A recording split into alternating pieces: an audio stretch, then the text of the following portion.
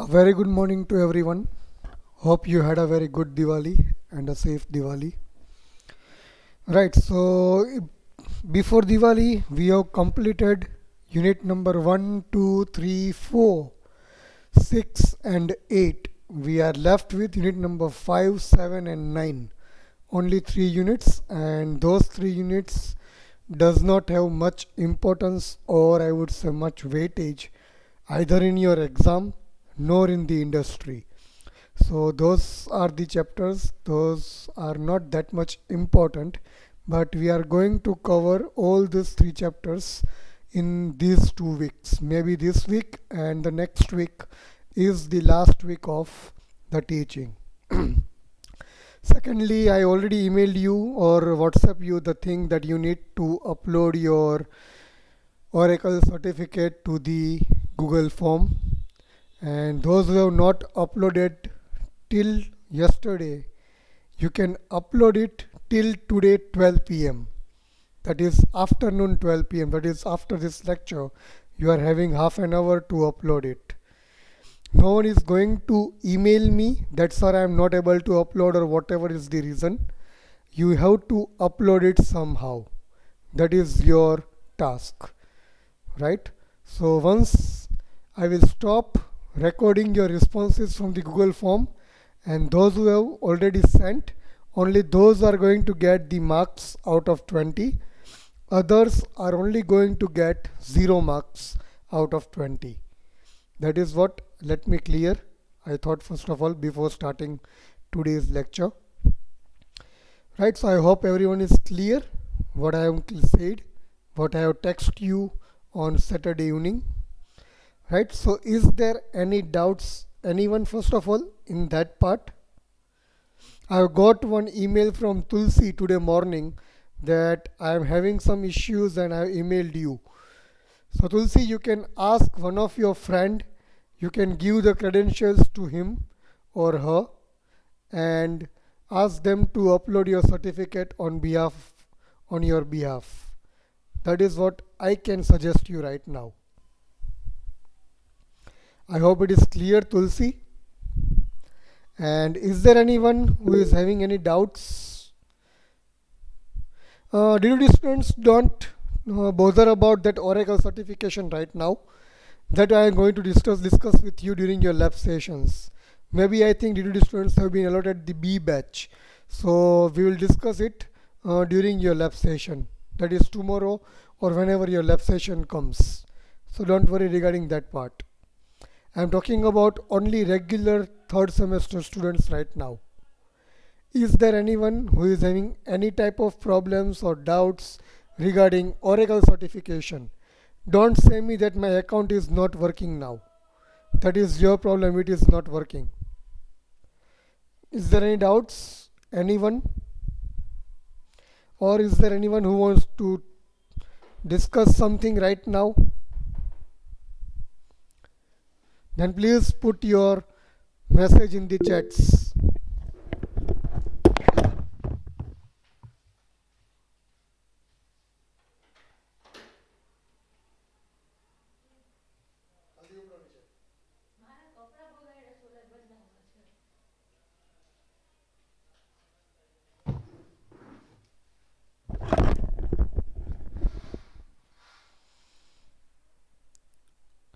Rahil, already your problem has been resolved, so don't worry. Yeah. Later, don't tell me that for this reason I have not uploaded or I have some issues. If you have any issue, just clear it right now. Else, I will assume that everything is clear, and those who have uploaded the certificate, I am going to give them marks accordingly. Others will get 0. That is for sure. Right, I think there is no other issues from anyone. So let's start then today's session. So as I said, we are left with only 3 chapters. The one chapter is query processing and query optimization. Second chapter is database security, and the third chapter is PL SQL block. So advanced version of SQL that we have learned so far in our lab sessions. So today we are going to start with database security, right? So let me just share my screen and then we can start with this chapter.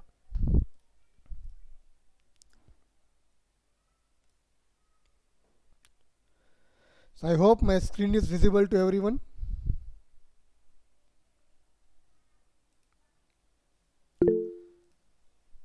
Yeah, okay, thank you. So I'm talking about database security. So what do you mean by a security? Tell me very quickly. I'm talking about database security, and what do you mean by database security? Be quick to answer.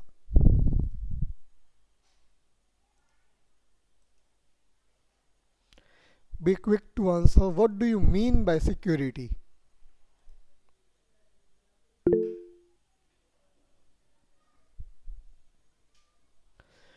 Restrictions to private data. Okay, that's great. That's good. Anything else?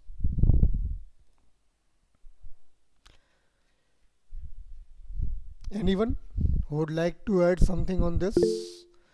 Privacy of data. Okay. D2D students, they might have learned this subject in their diploma, so they would be knowing some of the answers of this. Okay. Right, so now we are going to talk about security and security. So here it is, and these are the few topics that we are going to talk in the security, right? And let's see what is security. Security is mainly dealing with, see, the second term called integrity, but it is not totally related to this. Both are totally different. Security means you are actually allowing only the people who are having rights to access the data, only those people are going to access your data. Unauthorized access or type of theft to your data, all these things you are going to look over and you are going to maintain and manage, right? And integrity mainly deals with I would say quality of data. That means you are going to assure that somehow your data quality will be managed, will be maintained, and there won't be any issue with the security, with the data's quality. That is what we can say data security and data integrity is. We already learnt integrity in the chapter number 1. We have discussed some type of integrity problems, and we have discussed integrity, the quality of data, during the transaction chapter, right? So let's see how security and integrity both are interconnected. So security ensures that the things users are doing are only what they are allowed to do. That means only the authorized people, or only the people who are given some access, only those people are going to work on data. No other people are going to work on data who are not given any types of access. Integrity ensures that the things the users are trying to do are correct. That means whatever changes I am trying to make to my database, those changes are correct and there is no problem with those changes. Now, although I am making some changes to my database will remain in a consistent state and the quality of my database will be maintained. So this is what security and integrity mainly differs. Both are working on the data, but one of the one of the component is dealing with making sure that our data is safe, and other one is making sure that my quality of data and the consistency of my data is sure and is safe, right? So mainly security deals with protection of data, while integrity mainly deals with the data, the quality of data. Security defines a prevention of data corruption through the use of controlled access mechanism, and integrity defines a quality of data which guarantees the data is complete and has a whole structure. So all of them somehow are dealing with the security, right? Saving a data or saving a data, and other one is mainly dealing with the quality and the consistency of the data. It refers to making sure that the data is accessed by its intended user. Let's say if I'm saying that Rahil Mehta has been given a rights to access a particular database, then no other than Rahil Mehta will be able to access or use that database. Let us say I'm saying that Shivanand and Dhrumil have been given rights to make some changes to my database, then Dhrumil and Shivanand only will be able to change the database. No other user will be allowed to access or to modify the database. That is what security and integrity mainly does. Secures the data and maintains the quality of data. Right? What other things comes under security? You can see authentication, authorization and encryptions, and backing up your data, error detection, error correction comes under the data integrity. So this is all about security and integrity. I hope there is any doubt. Is there any doubt? Anyone? Anyone? Any doubt?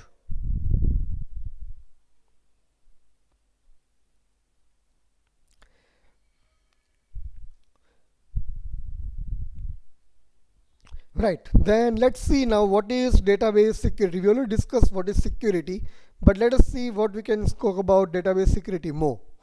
So it refers to the collective measures used to protect and secure a database or a database management software from illegitimate use and malicious threats and attacks. In short, we are we are taking some steps, we are creating some type of systems so that unauthorized users, some type of attackers don't access our database or our data, so that they can modify it, or they can I would say have a direct access, and they can gain access and they can use those data for some malicious uh, activities. So in order to protect our data, we need to design some system, or we need to take some steps so that we can secure our data. That is the main task of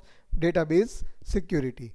It is generally planned, implemented and maintained by a database administrator. That is the rule. It is being planned, implemented and maintained by a database administrator and other information security professionals. So those who are dealing with the databases and its security, only those people will decide who will be having what type of access on the database. It is most important to secure the database from unauthorized user.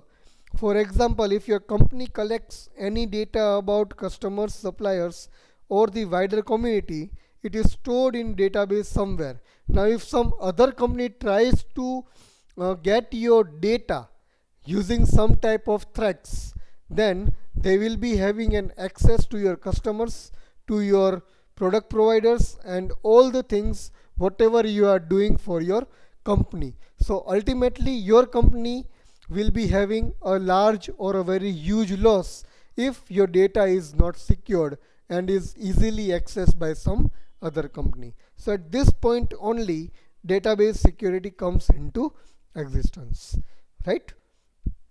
So we are going to protect our files, our databases, the accounts on a network by adopting a set of controls, applications and techniques that identify the relative importance of different data sets. So we need to identify which databases are very important, which parameters we should use to secure our particular data. So all this comes under database security. I think it is clear. So why do we require database security? The first thing is our database should be secure. All our information should be stored secretly. Second, only the authorized people will be having an access, so that we can rely on our data at any point of time. And third thing is we will have our data available at every point of time. So this is what the database security is mainly designed for. We should have a secret data, we should have a data available at any point of time, and that we should have a reliable data. So far, is there any doubt in the concept of database security? Anyone?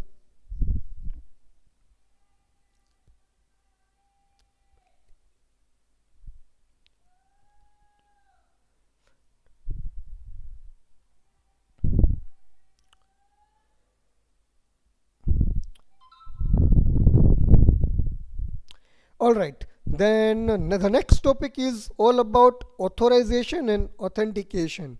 So can anyone tell me what is authorization and what is authentication? What do you mean by authorization and authentication? Okay, Kirtan is having some doubt in objectives. See, Kirtan, the objectives of database security is all about that why we should have a database security. So the first thing is we should have a database security because our data should be secret. The information given in the database, stored in the database, should be hidden from other one. That is secrecy, the secret data. Second is reliability. That means I know that only authorized users are going to modify my data, right? So I can rely on all the modifications done by the authorized people. So that is what reliability means. And third one is, even though the data has been accessed by many different authorized people, right, at any point of time I will be having an availability to my data. I will be able to use the data in the backend. Even though I don't have the access to my database, but I would be able to use my data in the backend when I'm using some type of applications. So that is what availability, reliability and secrecy means. Now is that clear, Kirtan?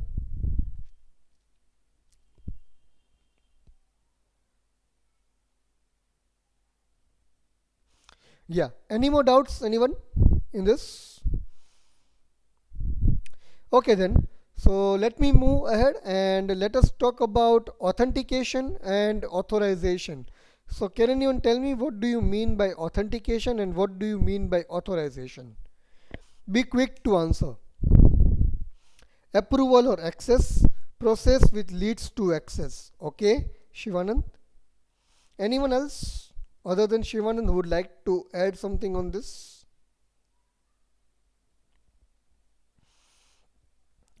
Okay, authentication, user have legit credentials or not, and if it is legit then login. Okay, so you're talking about login and logout systems and everything. So I have a very simple question with you all, that what comes first, authorization or authentication? Give me the answer. What comes first? In general, what comes first, authorization or authentication? Okay, Shivanand is saying authentication, Siraj is saying authorization. So let's have a very small debate between Shivanand and Siraj. So Shivanand, why authentication first?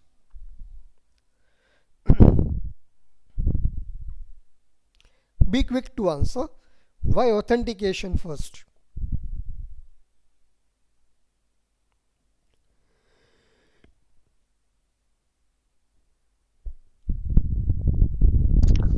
Hello, sir.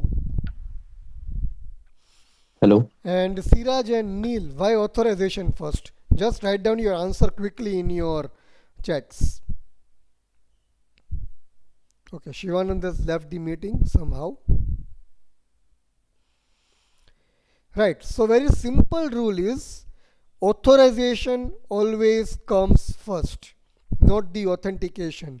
Let me give very quick example to this particular concept, that is authentication and authorization. See, let us assume that you are very new to Facebook. So if you want to use the Facebook, what you will do, you will first register yourself. So you will provide your first name, last name, your date of birth, your gender, your email address, your mobile number, your photo, your date of birth, and everything you are going to provide to Facebook, and you will click on sign up or register button. So once you click on that particular button, all your data will be sent to the Facebook administrator or Facebook server, where your data will be analyzed and you will be given some authority to access your Facebook account. So once you register yourself, you will be authorized to use Facebook account, and then you will again come back to the Facebook page and you will provide your credentials and you will log in. So login means authentication. What it will do, it will just check whether the username and password matches with the database or data that is available in the server or not. If it is available and if it is correct, then you will be allowed to log in and you will be able to use the Facebook. So always remember that authorization always comes first and then comes authentication. This is what you should remember always.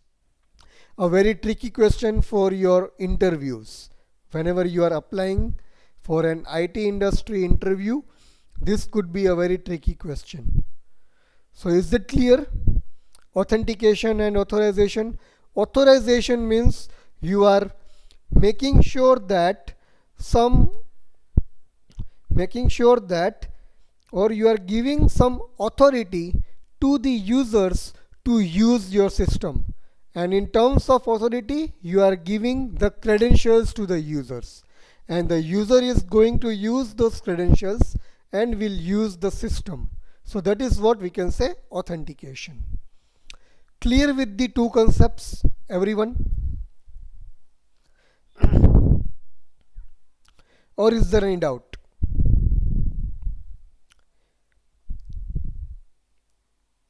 Anyone? Any doubts with the concepts?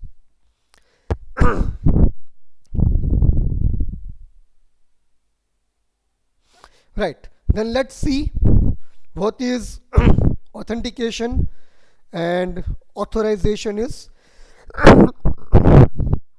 See, authentication determines whether users are who they claim to be. So we are going to check the credentials, and authorization means determines what users can and cannot access. So you have to give the type of authority to the user that you can use this, you cannot use this one.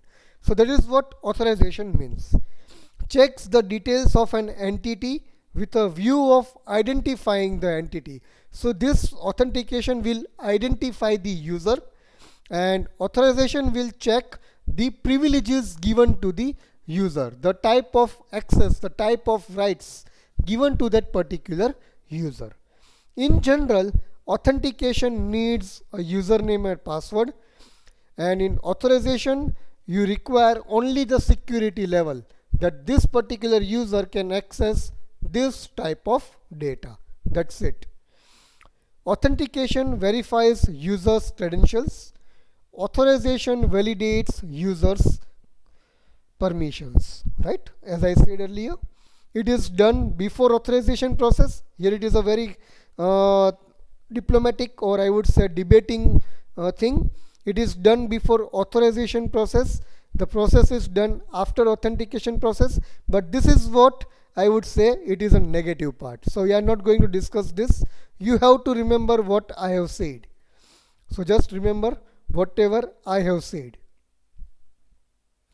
Authentication determines whether the person is user or not. It determines whether the person is having some permission or not. So in exam, before, if it is your theory exam and you have to write down the answers, then for 4 marks, or let us say for 3 marks, these are the points that you should write down. So just go through these points very quickly in 2 minutes, and if you have any doubts, just tell me.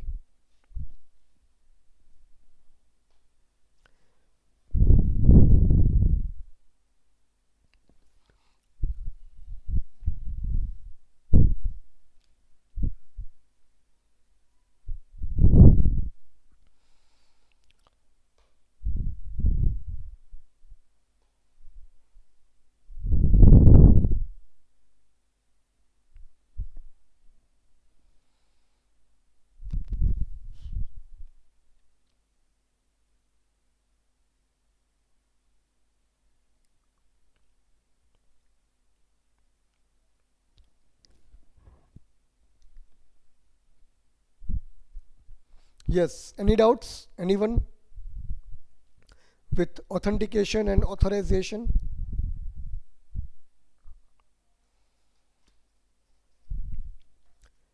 Anyone? Any doubts with authentication and authorization?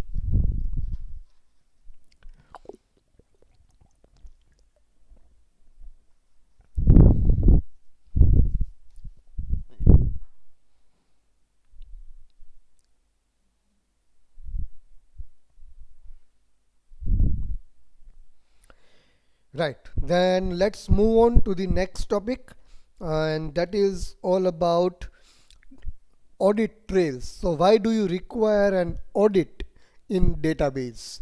Anyone who would like to give the answer? Why? What do you mean by audit? What do you mean by audit?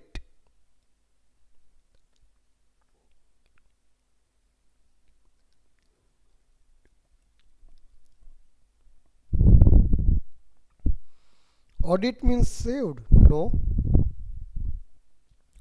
What do you mean by audit? Audit means a type of inspection. So we are saying that we are talking about database inspection.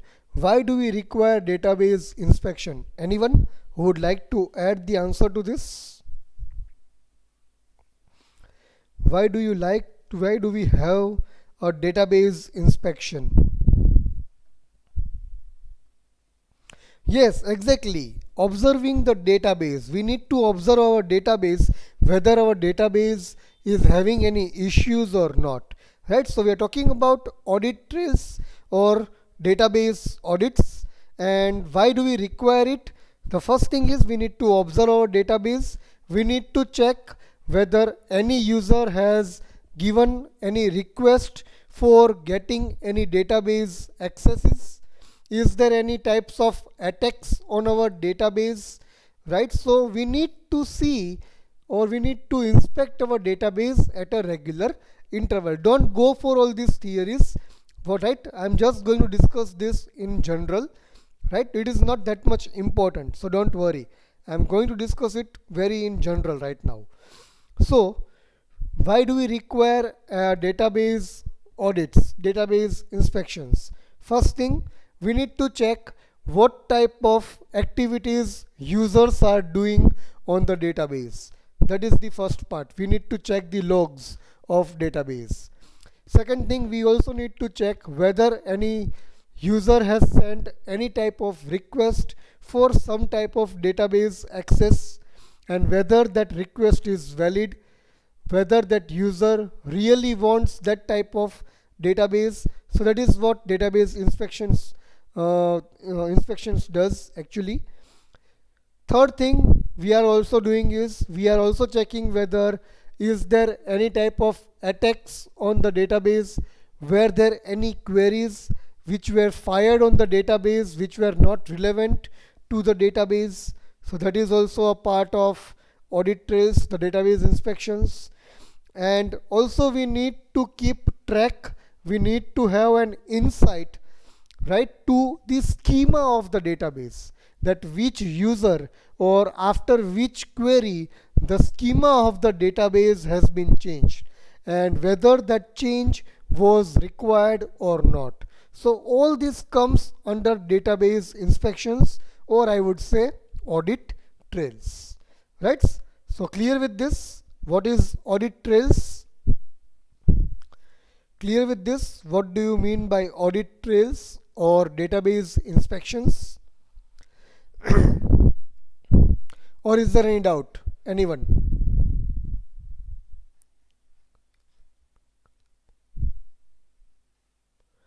Anyone? Any doubts with the audit trails, whatever I spoke?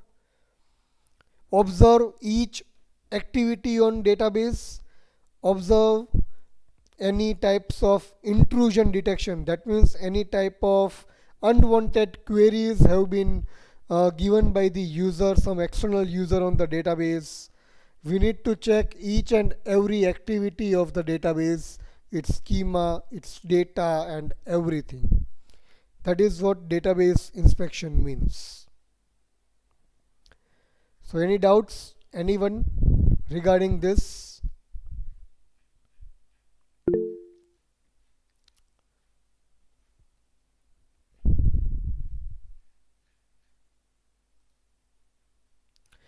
Okay, then I think let's move on. The next one is the next topic is all about data encryption and decryption, right? So let me just discuss data encryption and decryption. Anyone who would like to add what do you mean by data encryption? Maybe you might have learned in your DCN subject, data communication and network. What do you mean by encryption and decryption? Be quick if you know the answer.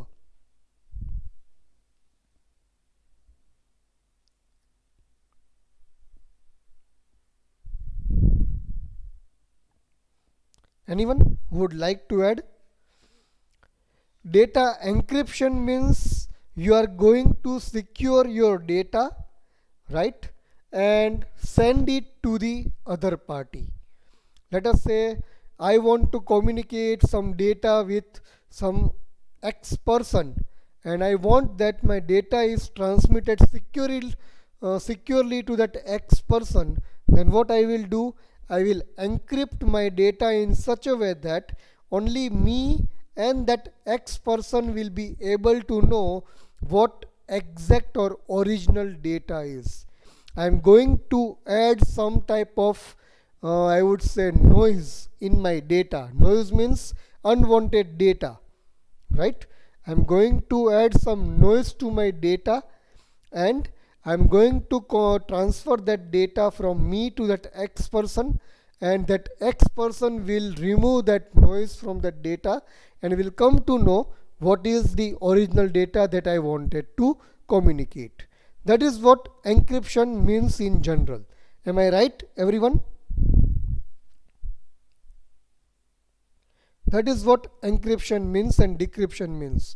You add some noise or some type of strings to the original data so that the original data will convert to some I would say mixed characters, and those mixed characters will be removed at the receiver end by using some type of mechanism. That is what encryption and decryption means. I hope it is clear with the concept, everyone. Is that clear? The concept is clear, guys. Right, so let's see what is encryption and decryption types. The first one is symmetric key encryption and decryption, and second one is public key encryption and decryption. So I'm going to discuss these 2 points in general right now. Okay, so let's say symmetric key encryption decryption means, let's say I am a sender and some X person is the receiver. So I want to send Marwadi University data, that is message, to that X person. So what I will do, I will add some random text to that Marwadi University. So I have done encryption. I am adding some random text to my Marwadi University text, and so my text will be now called encrypted text, right? So I am adding some random text, right, and I am sending that message to now X person. Now X person already knows that what random text I have added, so it will try to remove that random text from that message, and he will come to know that I have sent Marwadi University to that X person. So at the user, that is receiver, and the sender end, the data that I am adding to my original text will be same, right? The key means the random data. So the key will be same at sender as well as receiver end. That is what I can say about symmetric key encryption. Let us say in Marwadi University, I am adding IAEIOU somewhere in my text. So that AEIOU is my key. So that key will be available with me, also available at X, available with X. So I will be adding AEIOU in my Marwadi University somewhere, and the same key will be used by the X person to decrypt that particular message. So key at the sender and the receiver side is same. Clear with this? That is what we call it as symmetric key encryption. The secret key is same at both the ends. at the sender as well as receiver end. Clear with this or any doubts?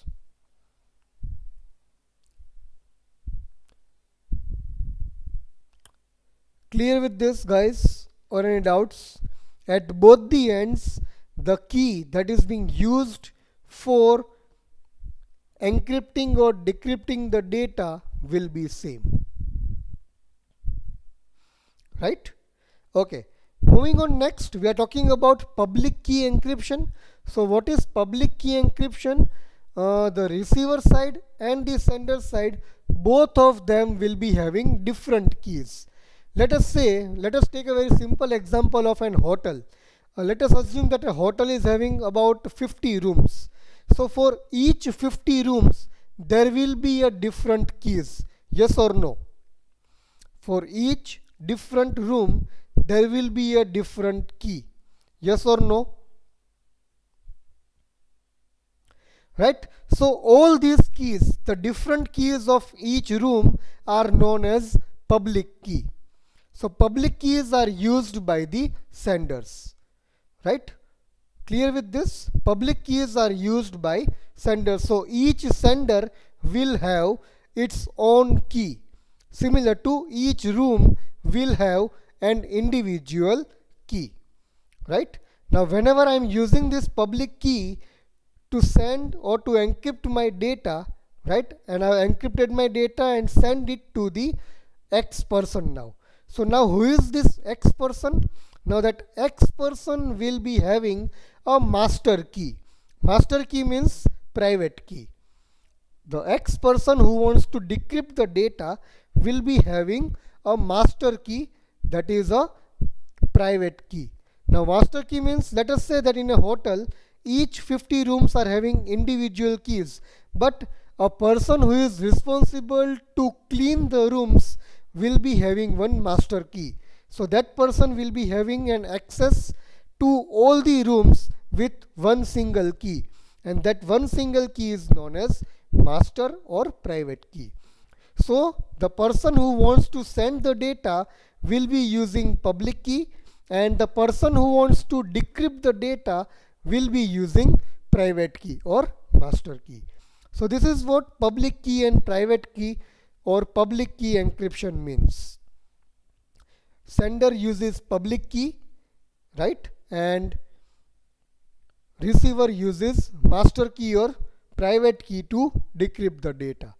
Similar to your hotel, each room is having individual keys, and the person who is responsible to clean the rooms will have an access to all the rooms with one single key called master key. So this is what public key and private key means, and what public key encryption means. Clear with this, guys, everyone, or any doubts? Any doubts? Anyone? Any doubts?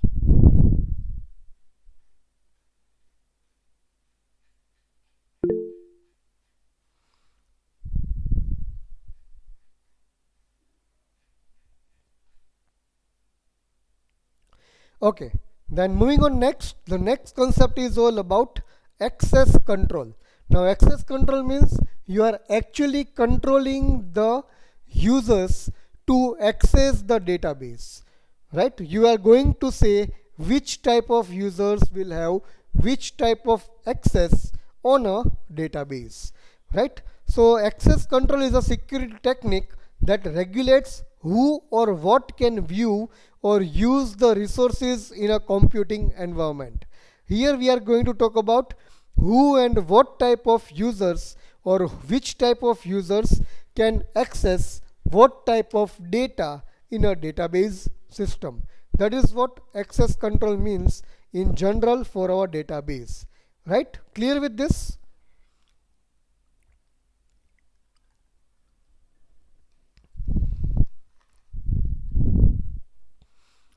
Access control means it's a type of technique to control that which type of user will have an access to what type of data. I hope it is clear. Clear with the definition? So we are having three types of access control. First one is discretionary access control. We call it as DAC. What it does, the typical method of enforcing discretionary access control in a database system is based on granting and revoking the privileges. Same thing. At the initial stage, none of the users will have any type of access to the database except database administrator. No user will have a direct access to the database except database administrator. Now let us say one of the user wants to access the database, then it will have to request a database administrator to give him or her a permission to access that particular database. And if you can recall, in our lab number 1, we studied two commands called grant and revoke in data control language, DCL. So DCL mainly comes into existence here. Whichever user wants to access a particular database, that user has to send a request to a database administrator, and the database administrator will give him the permission to use the database using grant command, and after that user has completed its task, it will take back all that permissions using revoke command. So this is what discretionary access control means. Discretionary means no user other than database administrator is having an access to the database. If a user wants, they need to request the DBA, and DBA will use grant and revoke command for giving and taking back the permissions. Clear with this? Clear with this? Discretionary access control, or any doubts?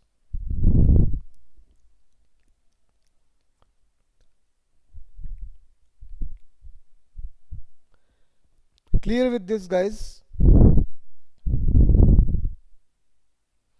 Discretionary access control means no user other than DBA is having any rights to use or access the database. Right. Then moving on next, the second one is mandatory access control. Now this is similar to your atomicity. What do you mean by atomicity? Anyone? Be quick to answer. What do you mean by atomicity?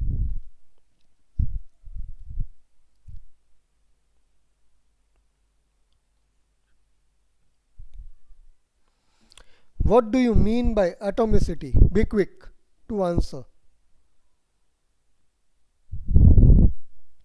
Atomicity means either full transaction or 0% transaction, right? So similarly, mandatory access control means either a user is having all the accesses or a user will have no access. A user cannot request for any type of access. Let us say if I am the user, then I will have all the access. If I am given one access, or I am given an access to one database, then I will be given an access to all the database and full access. And if I am not given any type of access, then I cannot request for any type of database access, right? So this is what 0% or full or 100% means. If one person is given a type of access, let us say read access to a database, then that person will have the complete access to the database. It can read, write, anything. But if, or in other case, a user will have 0%, that is no type of access to the database. So that is what we call it as mandatory access control, or in short we call it as MAC. MAC. Clear? What is MAC? Discretionary will give the permission based on the user request. Mandatory will give either full access or no access. There is no intermediate type of access in the database. So this is what MAC is. that is mandatory access control. I hope it is clear. I hope it is clear. Mandatory access control.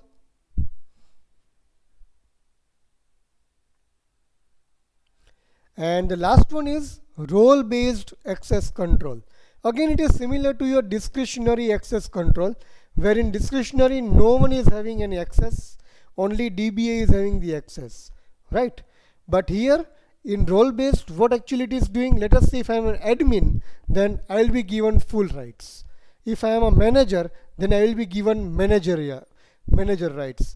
I am a user, then I will be given a user rights. So based on your role, the permission to access the database will be given. So that is what we call it as role based access control. Here again grant and revoke will be used, right? So if my role has been changed from manager to admin, then I will be given all the permissions using grant keyword or grant command. Let us say if I am being changed from manager to a simple user, then all my access rights will be taken back by the DBA. So that is what we call it as role based access control, or in other terms we call it as RBAC, role based access control. If you are a user, you will be given that type of access. If you are having a manager rights, then you will be given such type of access. Depending on your role, you will be given the access to the database. Clear with this, everyone?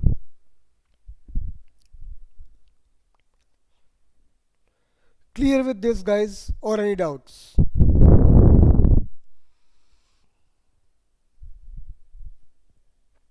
Anyone, any doubts in this? Anyone, any doubts till here?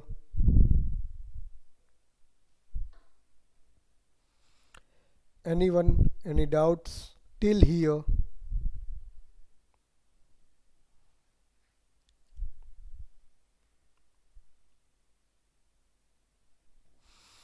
Okay, okay, fine. So what we can do right now here is, let us stop here. I don't want to start with the new topic because it is quite long. So what we can do is, we will stop here today and we'll continue on Thursday. Most probably on Thursday maybe we'll have two lectures from 9:30 to 11:30, right? So we'll continue from here on Thursday, right? So let's end this lecture here. Thank you very much, guys. You can leave. Thank you. You can leave.